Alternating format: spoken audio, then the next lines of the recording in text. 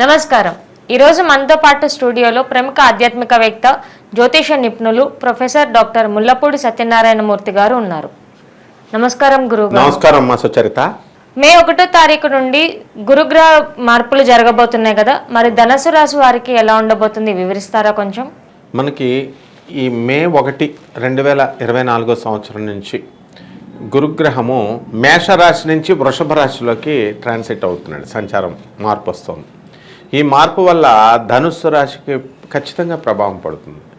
ఈ ప్రభావం మంచి ప్రభావమా చెడ్డ ప్రభావమా అనేటటువంటిది వ్యతిరేక ఫలితాలు ఇస్తాయా అన్నది మనం నిర్ణయించుకోవాలి.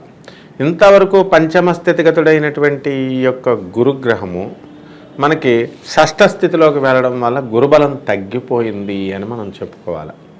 ఇకపోతే ధనుస్సు రాశి వాళ్ళకి ఎలా ఉందండి అంటే శని బలం పుష్కలంగా ఉంది, రాహుబలం లేదు, అర్ధాష్టమ రాహువు. కాబట్టి రాజ్యస్థితిగతుడైనటువంటి ఈ కేతు గ్రహం అనేటటువంటిది దాని బలం కూడా యావరేజ్గా ఉంది. కాబట్టి ఇప్పుడు మనం కనుక తీసుకున్నట్లయితే ఈ ధనుస్సు రాశి వాళ్ళకి ఎంతవరకు వృత్తి వ్యాపార ఉద్యోగ విషయాల్లో ఒక వెలిగిపోయారు. వ్యాపారం అన్ని రకాల వ్యాపారాలు, రియల్ ఎస్టేట్ వాళ్ళు, బిల్డర్లు రెచ్చిపోయారు, తెగ సంపాదించారు వీళ్ళంతా కూడా. కాబట్టి ఇటువంటి వాళ్ళకి అందరికీ కూడా ఇప్పుడు చెక్ పడబోతుంది అన్నమాట గురుబలం తగ్గడం వల్ల. అపార్ట్మెంట్లు కట్టేసి ఉంచుతారు కానీ అవి కొనాలిగా. అలాగే స్థలాలు లేఅవుట్లు వేసేసి రియల్ ఎస్టేట్లు ఎక్కువ రేట్లు చెప్పేసేసి ఉంచారు, అవి అమ్మబడాలి కదా. ఈ విధమైనటువంటి ప్రాబ్లమ్స్ అనేటటువంటివి వస్తాయన్నమాట.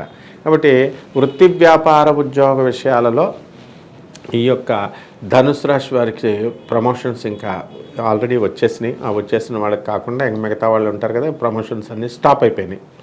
అలాగే మొన్న గత ప్రభుత్వంలో వీళ్ళందరికీ కూడా ఇందిరమ్మ బెడ్రూము, డబుల్ బెడ్రూమ్ లాంటి కేసీఆర్ గారు చేసినప్పుడు ఆ గవర్నమెంట్ పడిపోయింది కదా, అప్పుడు కొత్త గవర్నమెంట్ వచ్చింది. ఎలాగైతే ఆ స్కీమ్స్ అన్నీ ఆగిపోయినాయో అలా ఏవైతే బెనిఫిట్స్ అవన్నీ కూడా గవర్నమెంట్లోకి నుంచి రావాలో అవన్నీ కూడా ఆగిపోవడం అనేటటువంటివి ధనుసు రాశి వాళ్ళకి జరుగుతాయి అన్నమాట. కాబట్టి ఈ రెగ్యులర్ ట్రాన్స్ఫర్స్ కాకుండా ఇప్పుడు మామూలు ట్రాన్స్ఫర్స్, మ్యూచువల్ కన్సెంట్తో ఇంటర్జోన్ ట్రాన్స్ఫర్స్ చేసుకోవాల్సినటువంటి అవసరం ఎంతైనా ఉంది వీళ్ళకి. కాబట్టి ఈ యొక్క రాహు దగ్గరకు వచ్చేసరికి విపరీతమైనటువంటి కుటుంబ నేపథ్యంలో, కుటుంబ విషయాల్లో వీళ్ళకి మనశ్శాంతి లేకపోవడము, అనవసరమైనటువంటి గొడవలు ఇవన్నీ కూడా రావడము, ఆ తర్వాత మనశ్శాంతి లేకపోవడం, ఎక్కడ చూస్తే అక్కడ మీ తప్పు లేకపోయినప్పటికీ కూడా గొడవలు రావడం అనేటటువంటివి వస్తాయి. అలాగే ఇంతవరకు స్టాండర్డ్గా ఉద్యోగం చేస్తున్నటువంటి మీరు వృత్తి మార్పు కోసం ఆలోచించడం అనేటటువంటిది ధనుసు రాశి వాళ్ళు చేస్తారు. అంటే కొత్త ఉద్యోగాల కోసము, కొత్త జీతాలు పెరుగుతాయనో లేకపోతే మరొకటో కారణంతో మనం చేంజ్ అయితే బాగుండు అని అనిపించడము ఇవన్నీ కూడా జరుగుతాయి అన్నమాట.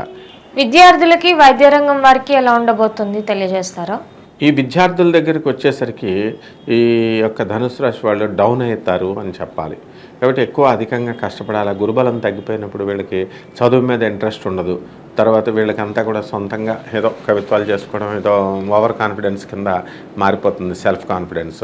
కాబట్టి విద్యార్థులు చాలా ఎక్కువ కష్టపడితే మాత్రమే వీళ్ళు గెలవగలుగుతారు, మంచి మార్కులు రాణిస్తారు.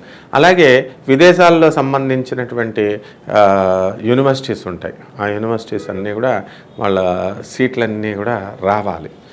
వాళ్ళకి కోరుకున్న చోట్లకి వీళ్ళకి సీట్లు అనేటటువంటివి ఈ రాశి వాళ్ళకి రావు ఇప్పుడు. అలాగే శత్రువులు మిత్రులుగా తయారవుతారు. ఆయా స్టూడెంట్స్ కాకుండా వైద్య రంగంలో రైవలరీస్, పోటీ, హాస్పిటల్ టు హాస్పిటల్ అనేటటువంటి వాళ్ళు. అలాగే మెడికల్ రంగంలో, వైద్య రంగంలో నువ్వు అడిగినట్టుగా వీళ్ళందరికీ కూడా సీట్లు రావడం, వైద్య రంగంలో మెడికల్ సీట్స్ అన్నీ కూడా రావడము, డొనేషన్స్ బాగా ఎక్కువ, మెడికల్ కాలేజెస్ బాగా సంపాదిస్తారు. అలాగే హాస్పిటల్స్లో కూడా బిల్లుల మీద బిల్లులు వేసి బ్రహ్మాండంగా వసూళ్ళు అనేటటువంటి జరుగుతాయి. కాబట్టి ఈ యొక్క రాహువు అనేటటువంటి వాడు బాగుండలేదు కాబట్టి వీళ్ళు రెచ్చిపోకుండా ఉన్నారు. కానీ లేకపోతే నిలువు దోపిడీ చేసే అంత రాబడి ఈ యొక్క హాస్పిటల్స్కి వస్తుంది అనమాట. అందువలన గవర్నమెంట్ మానిటర్ చేస్తుంది వీటికి. కాబట్టి ఏ విధంగా ఈ హాస్పిటల్స్ బాగుందనే చెప్పాలి మనం. 70% అదనపు ఆదాయాలు రావడానికి అవకాశాలు ఉన్నాయని మనం చెప్పాలమ్మా. రైతులకు, చేనేత పరిశ్రమల వారికి ఎలా ఉండబోతుంది? ఈ రైతుల దగ్గరికి వచ్చేసరికి మనకు బాగుండదు. ఈ ధనుస్సు రాశి వాళ్ళకి.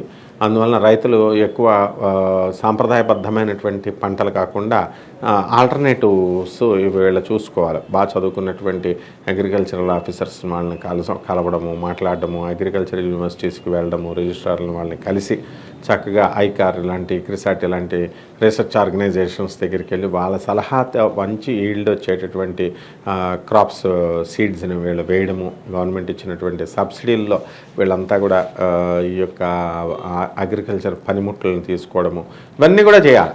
ఇవన్నీ కూడా చేసినప్పుడే మనకి బాగుంటుంది. ఇప్పుడు ప్రజెంట్ అయితే ఈ యొక్క రైతులకి బాగుండలేదు అని చెప్పాలి. వాళ్ళ అప్పులు అవన్నీ కూడా పటాబొట్టున తీర్చుకోగలుగుతారు. వాళ్ళ పిల్లలకి అత్యాధునికమైనటువంటి విద్యా విధానాన్ని వీళ్ళు అందించలేరు. కాబట్టి ఇంట్లో వాళ్ళ ఖరీదైనటువంటి వస్తువులు కొనుక్కోవాలని ఉంటుంది, కానీ కొనుక్కోవడానికి డబ్బులు ఉండవు అనమాట. ఆ విధంగా అన్కంఫర్టబుల్గా జీవితాన్ని ఈ రైతులు అనేటటువంటి వాళ్ళు జీవిస్తారు.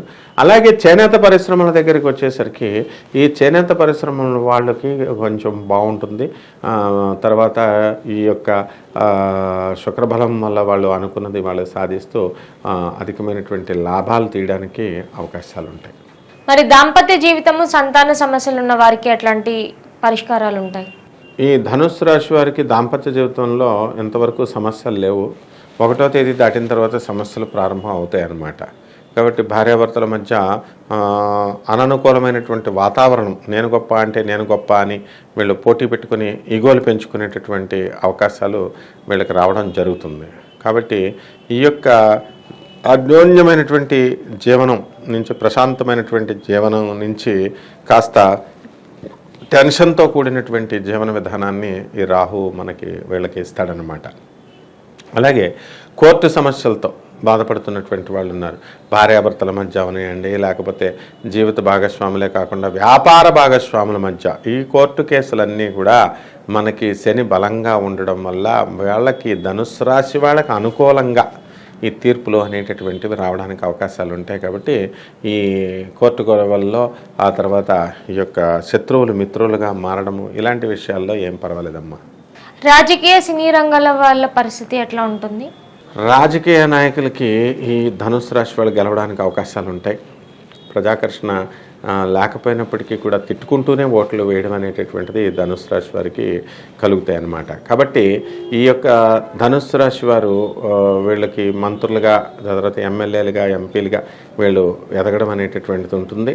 ఆ తర్వాత అలా లేకపోతే కనుక నామినేటెడ్ పోస్టులు రావడం జరుగుతుంది. లేదా ఈ పాలిటిక్స్లో మంచి జిల్లా స్థాయిలో కానీ రాష్ట్ర స్థాయిలో కానీ వీళ్ళు వెళ్ళి ఎదగడం, ముందుకు దూసుకు వెళ్ళడం అనేటటువంటిది జరుగుతుంది. అయితే సినీ రంగంలో ఉన్నటువంటి వాళ్ళని కనుక మనం తీసుకుంటే మంచి ఉన్నత స్థితిలోకి వీళ్ళు వెళతారు.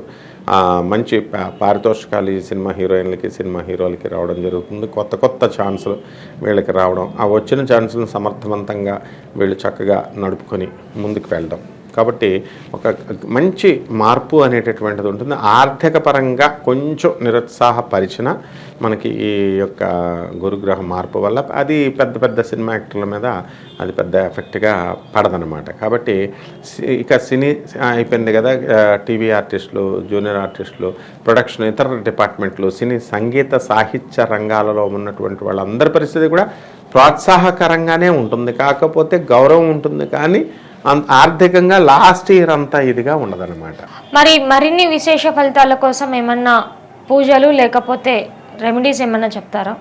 మనకి ఎప్పుడైతే మనకి రాహుగ్రహం మనల్ని ఏడిపిస్తుంటుందో, మనం ఈ ధనుసు రాశి వాళ్ళంతా కూడా రాహు జపం చేయాలా, రాహు స్తోత్రాలు చదవాలా, రాహుకి కిలోంపావు మినుముల్ని, ఆవు పేడ రంగు ఉన్నటువంటి వస్త్రాలని, అంటే నాచు రంగు ఉన్నటువంటి వస్త్రాలని మనం శనివారం ఉదయం 8 గంటలకి కనుక పేద బ్రాహ్మణులకి గుళ్ళో దానం చేయండి, లేకపోతే మీ ఇంటికి తీసుకొచ్చి దానం చేయండి, ఎక్కడన్నా దానం చేయండి. అలా చేయడం వల్ల మీకు చక్కటి ఫలితాలు వస్తాయి. అలాగే బెజవాడ కనకదుర్గమ్మ తల్లి యొక్క పాదపద్మాలకి మనం కుంకుమార్చన చేయడం ద్వారా ఓం దుర్గాయ నమః అనే మంత్రంతో మనకి అత్యద్భుతంగా మనం ముందుకెళ్ళడానికి అవకాశాలు ఉంటాయమ్మా. ధన్యవాదాలు గురువు. ధన్యవాదాలమ్మా.